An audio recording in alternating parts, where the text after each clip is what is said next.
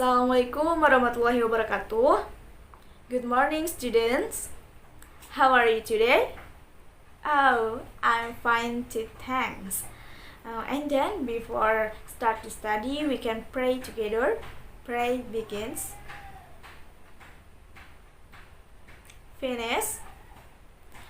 Students, I will check your attendance, and if I mention your name, you can say present. For the first is Abil. Okay. Aulia. Chacha. Gilang. Yes. Okay, in this class, complete student for today. And then students, before discussing the material, I wanna ask you, have you been on vacation? Right? Okay, you can try to mention where have you been on vacation. Oh, you Aulia? You went Yogyakarta? What tourist attraction did you visit there? Oh, I see, Parantitis Beach. And then you visit Borobudur Temple. Yes. And anyone else? Where are you going on vacation? Oh, you went to Ancol Beach? And you went to the fun. Oh, that's right. It's so funny. Yes. And then, do you know what's in your vacation spot there? Do you think you can describe it? Okay, my question just relate to our material, which is about descriptive text. But the topic this time is which one is your best getaway? So, you must have the best vacation for you, right? I have an example, the best getaway from me in this. Okay, and then I will tell you about descriptive text. I can show you PowerPoint. For the first, what is descriptive text? Anyone else? Yeah, descriptive text is the text that describes a particular person, place, or thing. So in this descriptive, not only describe about place, but you can describe person or thing. For the example, person, your idol, on your parents, and etc.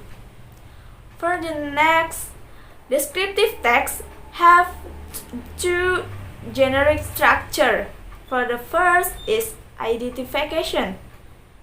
Identification, the introduction of a person, place, animal, or object. So, in this mean is you create the descriptive text is you can introduce of what you describe. Okay, and then is description. A description of something by describing its features, forms, color, or anything. So you can more specific description about something, but you're describing. For example, the color, the forms, the features. Okay, and the next language feature of descriptive text. For the first is specific participant, has a certain object. For example, my house, Borobudur Temple, my sister. So it is clear. The participant more specific. Okay, the object more specific. And the second, an adjective. An adjective to clarify the noun. For example, the beautiful beach, handsome man, and etc.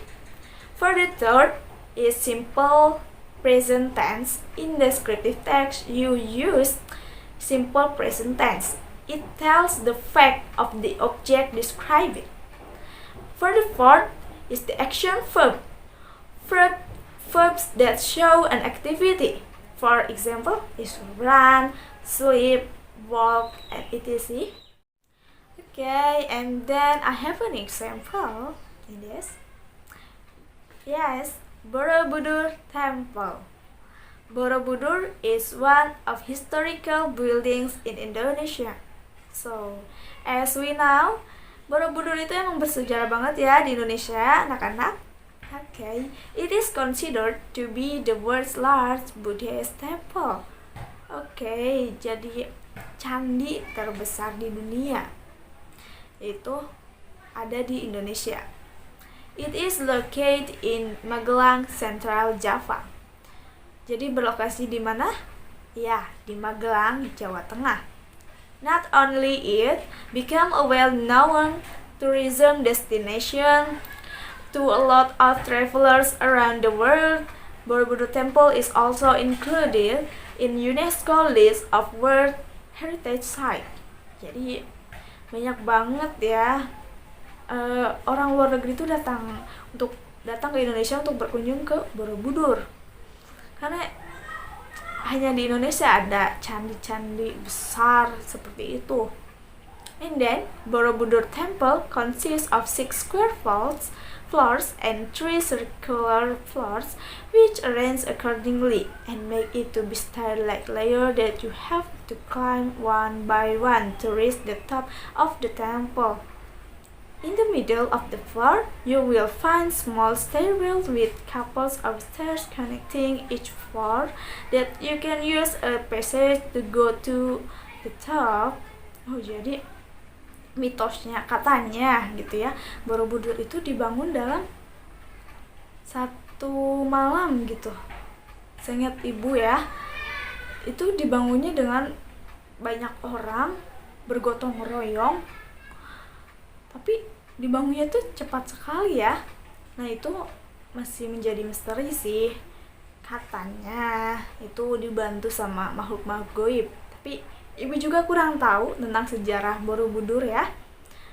Next text aja ya. There is a dome located on the top center of the temple and is surrounded by 72 Buddha statues. Jadi dikelilingi patung-patung Buddha. Di Candi Borobudur itu banyak patung-patung Budanya ya. Karena itu emang peninggalan sejarah Buddha juga.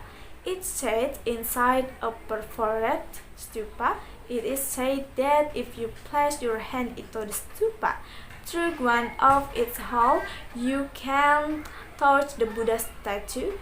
You will be able to make one of your dream come true. Jadi katanya kalau kalian itu meletakkan tangan kalian ke salah satu patung Buddha, yaitu masuk ke lubangnya gitu, nanti menyentuh patung Buddha itu, maka impian kalian itu akan tercapai.